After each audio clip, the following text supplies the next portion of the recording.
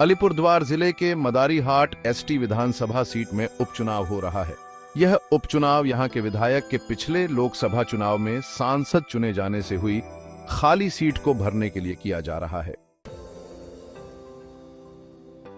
मदारीहाट आदिवासी बहुल क्षेत्र है और इस विधानसभा के अंतर्गत 24 चाय बागान हैं, जहां अधिकतर आदिवासी और गोरखा श्रमिक कार्य करते हैं और वे ही यहां के बहुसंख्यक वोटर भी हैं। चुनाव के प्रचार के लिए प्रायः सभी पार्टी के बड़े नेतागण विधानसभा क्षेत्र में आ रहे हैं और वोटरों को लुभाने के लिए विभिन्न प्रकार के वादे कर रहे हैं और प्रलोभन दे रहे हैं। सभी नेतागण बीरपाड़ा में रेलवे ब्रिज के निर्माण के लिए वादे कर रहे हैं और अब तक इसके नहीं बनने के लिए अपने विरोधी पार्टियों पर दोष मढ़ रहे हैं। लेकिन किसी भी पार्टी ने चाय बागानों के श्रमिकों की न्यूनतम वेतन पर कोई बातें नहीं कर रहे हैं। दार्जिलिंग के सांसद यहां चुनाव में प्रचार करने आए थे, बता रहे थे कि न्यूनतम वेतन के पर केंद्र सरकार ने एक नोटिफिकेशन जारी किया है, जिसका कार्यान्वयन पश्चिम बंगाल में नहीं हो रहा है और यहां के चाय श्रमिक न्यूनतम वेतन से वंचित है। वे यह बात दार्जिलिंग के चाय बागानों में नहीं करते हैं। इस पर तृणमूल के राज्यसभा सांसद पूछते हैं कि यदि केंद्र ने न्यूनतम वेतन पर कोई नोटिफिकेशन जारी किया है तो वे बताएं कि उस नोटिफिकेशन के कार्यान्वयन में असम के चाय मजदूरों का वेतन कितना बढ़ गया है और वहां के श्रमिकों को कितना दैनिक वेतन मिलता है। ऐसा लगता है कि इन नेताओं को चाय बागानों के न्यूनतम वेतन की वास्तविक स्थिति के बारे खबर नहीं है और वे सत्य तथ्यों पर अपनी बातें नहीं रख पाते हैं। लग रहा है कि मदारीहाट में चुनाव प्रचार कर रहे नेताओं को चाय मजदूरों के वास्तविक समस्याओं के बारे पता नहीं है। न्यूनतम वेतन कहां, क्यों, कैसे और किसके कारण नहीं मिल रहा है, इस पर की कुछ बोलना नहीं चाहता है। चाय उद्योग पश्चिम बंगाल का सबसे बड़ा रोजगार उपलब्ध कराने वाला उद्योग है और इस उद्योग से करीबन 4 लाख से अधिक लोग सीधे और परोक्ष रूप से जुड़े हैं। बागान श्रमिकों के वोटरों के वोट से चुनाव जीतकर नेता बने लोगों को जब चाय मजदूरों की समस्याओं के वास्तविक तथ्यों के बारे पता नहीं होता है तो सवाल यह उठता है कि वे किन के लिए राजनीति करते हैं। करीबन 9 साल से चाय मजदूरों के न्यूनतम वेतन, इसके लिए बनी सलाहकार समिति और राज्य सरकार, ट्रेड यूनियन और बागान मालिकों के असंवेदनशील व्यवहार, सोच और नीतियों के कारण अब तक अटका पड़ा हुआ है और चाय मजदूर आज भी न्यूनतम वेतन से वंचित हैं।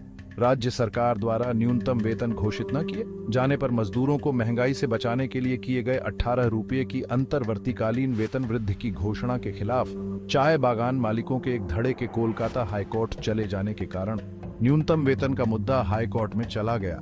चाय मजदूरों के नेता बने लोगों ने तो इसे अदालत में ले जाने के लिए कभी कोई कोशिश ही नहीं किया। हाई कोर्ट ने श्रमिकों के न्यूनतम वेतन नहीं मिलने की बात पर गंभीर रुख अपनाया है। उसने राज्य सरकार को 6 माह में इसे घोषित करने के लिए पिछले साल के अगस्त महीना में आदेश दिया था, लेकिन 1 साल बीत जाने के बाद भी राज्य सरकार ने कोई कदम नहीं उठाया। 6 महीने बीत जाने पर कोर्ट को बताया गया कि सरकार ने न्यूनतम वेतन पर कोई नोटिफिकेशन नहीं निकाला। 2 कोर्ट ने फिर से सरकार को आदेश दिया कि 1.5 महीने में इसे निकाला जाए, लेकिन सरकार न्यूनतम वेतन नहीं देना चाहती है और कोर्ट की बातों से बचने के लिए राज्य सरकार ने दोबारा एक नई समिति का गठन कर दिया है और मजदूरों के प्रतिनिधियों के रूप में ट्रेड यूनियन के मुट्ठी भर नेताओं को भी इसका सदस्य नामित कर दिया। ये नेतागण बिना शिकायत या विरोध करते हुए राज्य सरकार के टालमटोल की नीतियों को सपोर्ट करते हुए इसके सदस्य बन गए। विडंबना देखिए कि इस समिति में राज्य के सत्ताधारी नेतागण और विपक्ष के नेतागण सभी इसमें शामिल हैं। यदि ये नेतागण मजदूरों के हितों की बात को सोचते तो वे कोलकाता हाईकोर्ट के जलपाईगुड़ी बेंच में अपने ट्रेड यूनियन की ओर से कैविएट दायर करके कोर्ट के नियमों के अनुसार न्यूनतम वेतन के वास्तविक तथ्यों से कोर्ट को अवगत कराते। इससे मजदूरों को न्यूनतम वेतन के लिए कोर्ट का पॉजिटिव आदेश आता और न्यूनतम वेतन देने की कार्रवाई शुरू हो सकती थी, लेकिन कोई नेता इस संबंध में कुछ नहीं किया। पश्चिम बंगाल का सत्ताधारी पार्टी और दिल्ली का सत्ताधारी पार्टी और तमाम ट्रेड यूनियन के नेतागण किसी ने भी चाय मजदूरों के न्यूनतम वेतन पर कोई कदम नहीं उठाया।